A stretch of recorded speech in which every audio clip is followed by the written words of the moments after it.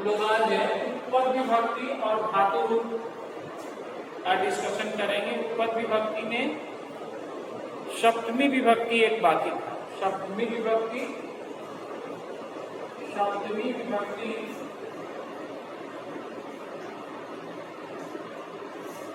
जो अधिकरण कारक होता है और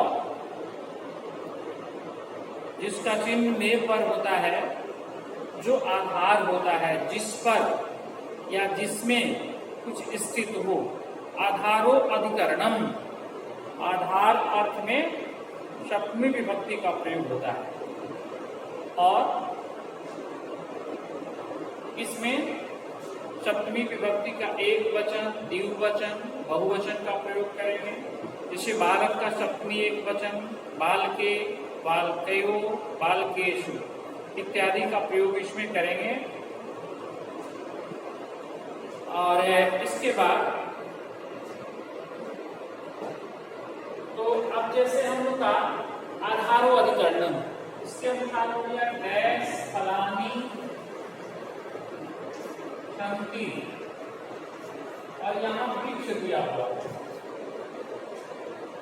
अब ये फल है, वृक्ष शब्द है मतलब वृक्ष पर फल है, तो वृक्षे यहाँ सप्तमी विभक्ति आधार हो रहा है। वृक्षे, वृक्षयो, वृक्षेषु तीनों में से प्रयोग हम कोई भी कर सकते हैं। वृक्षेषु भी सही है, वृक्षे भी सही है। आधार अर्थ में सप्तमी विभक्ति का प्रयोग किया जाता है। एक हो गया ये आधार अर्थ में, मधुबन इसको बोलेंगे आधार अर्थ में, आधार अर्थ में।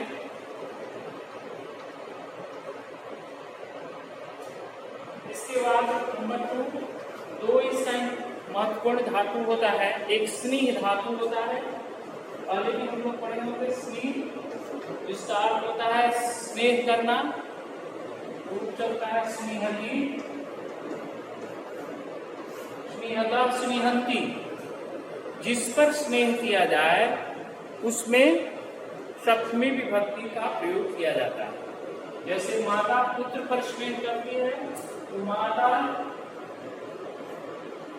पुत्रे स्नेहती, माता पुत्र पर, पुत्री पर करती है पुत्र्याम, नदी के जैसा रूप चलेगा, माता पुत्र्याम स्नेहती, जिस पर स्नेह किया जाए। अरे जो विश्वसिति,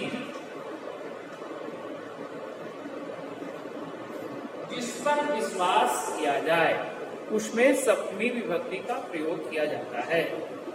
जैसे शिक्षक छात्रों पर विश्वास करते हैं, शिक्षका छात्रेषु विश्वसन्ति, विश्वासं कुर्वन्ति।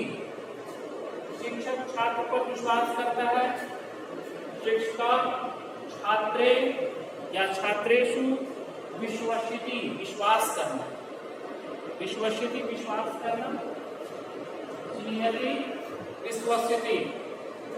इसके बाद हो गया कुशलवाची शब्द होता है सप्तमी विभक्ति में। कुशल, निपुण, कुशल, कुशलम, निपुणा, पटु, पंडिता, दक्षा, चतुरा। इन शब्दों का अर्थ कुशल होता है और कुशलवाची शब्द में सप्तमी विभक्ति का प्रयोग किया जाएगा। जैसे वह कार्य में कुशल है, इसको हम लोग सेंटेंस में कैसे बनाएंगे? कार्ये कुशल अस्ति, वह कार्य में कुशल है। निपुण है, वह पढ़ने में निपुण है। हाँ ठीक है जानवी सिंह, सही। पिता पुत्र विश्वसिति बिल्कुल सही लिखी हो। पिता पुत्र पर विश्वास करता है, पिता पुत्र विश्वसिति, तुम्हारा आंसर सही है।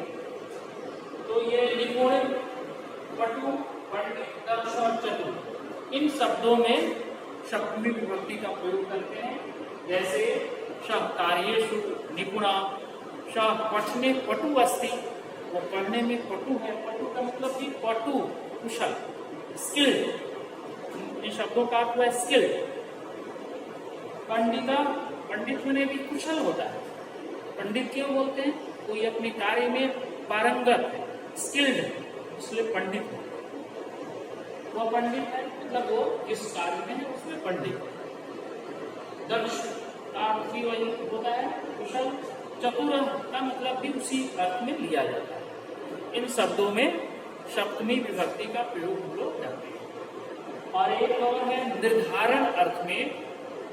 आधार निर्धारण अर्थ में बहुतों में जब किसी एक की तुलना किया जाए तो षष्ठी या सप्तमी बहुवचन दोनों में से किसी का प्रयोग कर सकते हैं। नहीं, षष्ठी या सप्तमी बहुवचन दोनों में से किसी का भी हम लोग प्रयोग कर सकते हैं। जैसे नदीनाम या नदीषु गंगा श्रेष्ठा, कवीनाम या कविषु कालिदास श्रेष्ठ आसीत, बालकेशु या बालकानाम, दोनों आंसर सही होगा। बालकानाम या बालकेशु राम श्रेष्ठ, नृपेशु नृपाणाम राम श्रेष्ठ आसीत। ऐसे प्रयोग हम लोग करते हैं आधार अर्थ में सप्तमी, षष्ठी, बहुवचन। इस तरह हम लोग उपपद विभक्ति में ये द्वितीया से सप्तमी तक का विशेष नियम पढ़े हम लोग, जिसमें अनुवाद बनाने में कहीं भी अनुवाद बनाना है उसमें ये प्रयोग होता है। वाक्य को, अशुद्ध वाक्य को शुद्ध करना है, वहां भी इसका प्रयोग होता है।